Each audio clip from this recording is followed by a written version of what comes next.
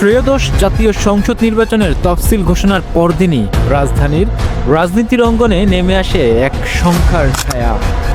ব্যস্ত পুরানা পল্টনের box culvert রোডে প্রকাশ্যে গুলিবিদ্ধ হন শতরন্দ সংসদ সদস্য প্রার্থী ও ইনকিলাব মঞ্চের আহ্বায়ক শরীফ ওসমান বিন হাদি। মোটরসাইকেলে আসা আততায়ী গুলি ছুড়ে মুহূর্তেই পালিয়ে যায়। গুরুতর আহত অবস্থায় ওসমান হাদি এখন রাজধানীর এবার কেয়ার হাসপাতালে চিকিৎসাধীন। তার অবস্থা এখনও সংখ্যামুক্ত নয়। এই ঘটনায় পুলিশ যে ব্যক্তিকে সন্দেহভাজন হিসেবে শনাক্ত করেছে তার নাম ফয়সাল করিম মাসুদ দাউদ খান। কে এই ফয়সাল করিম? তার পরিচয় ও অতীত ঘিরে কৌতূহল ও উদ্বেগ দুটোই যেন বাড়ছে। পুলিশ এবং বিভিন্ন সূত্র বলছে, ফয়সাল করিম একসময়ে কার্যক্রম নিষিদ্ধ আওয়ামী লীগের সংগঠন ছাত্রলীগের রাজনীতির সঙ্গে জড়িত ছিলেন। 2019 সালের 11 মে ঘোষিত কেন্দ্রীয় ছাত্রলীগের পূর্ণাঙ্গ কমিটিতে তিনি সদস্য ছিলেন। তার পুরো নাম ফয়সাল করিম দাউদ খান।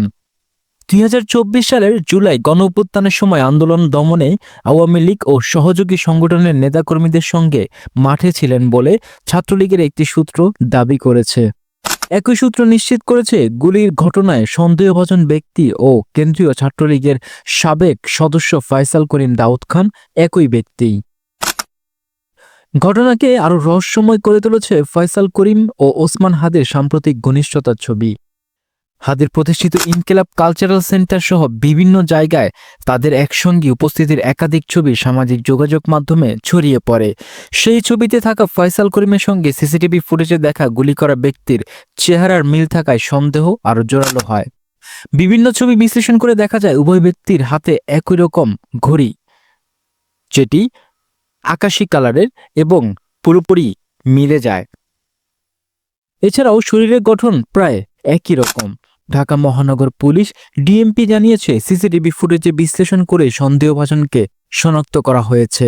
গণমাধ্যম তার ছবি পাঠিয়ে সাধারণ মানুষের কাছে তথ্য চাওয়া হয়েছে।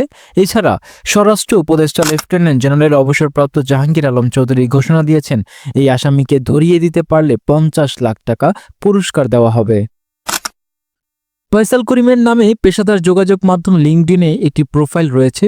ঢাকা মহানগর উত্তর ছাত্রলীগের এক সাবেক নেতা নিশ্চিত করেছেন এই প্রোফাইলটি ফয়সালেরই, যেখানে তিনি Apple software IT, YCO technology analyst work এ 3 প্রতিষ্ঠাতার মালিক হিসেবে পরিচয় দিয়েছেন। প্রোফাইল অনুযায়ী তিনি 2013 সালে ঢাকার একটি বেসরকারি বিশ্ববিদ্যালয় থেকে কম্পিউটার বিজ্ঞানে স্নাতক ও পরে আরেকটি বিশ্ববিদ্যালয় থেকে MBA সম্পন্ন করেন। 2016 সালে তার মালিকানাধীন ওয়াইসিও টেকনোলজি লিমিটেড সরকারের পৃষ্ঠপোষকতায় মুক্তিযুদ্ধ ভিত্তিক কম্পিউটার গেম ব্যাটল অফস 71 তৈরি করে। সেই গেমের উদ্বোধনী অনুষ্ঠানে তৎকালীন ডাক ও টেলিযোগাযোগ মন্ত্রী মোস্তফা জব্বর উপস্থিত ছিলেন। 2018 সালে একাধিক জাতীয় সংসদ নির্বাচনে কেন্দ্রীয় ছাত্রলীগ গঠিত আসনভিত্তিক নির্বাচন পরিচালনা ও সমন্বয় কমিটিতে ঢাকা 12 আসনের সদস্য ছিলেন ফয়সাল করিম।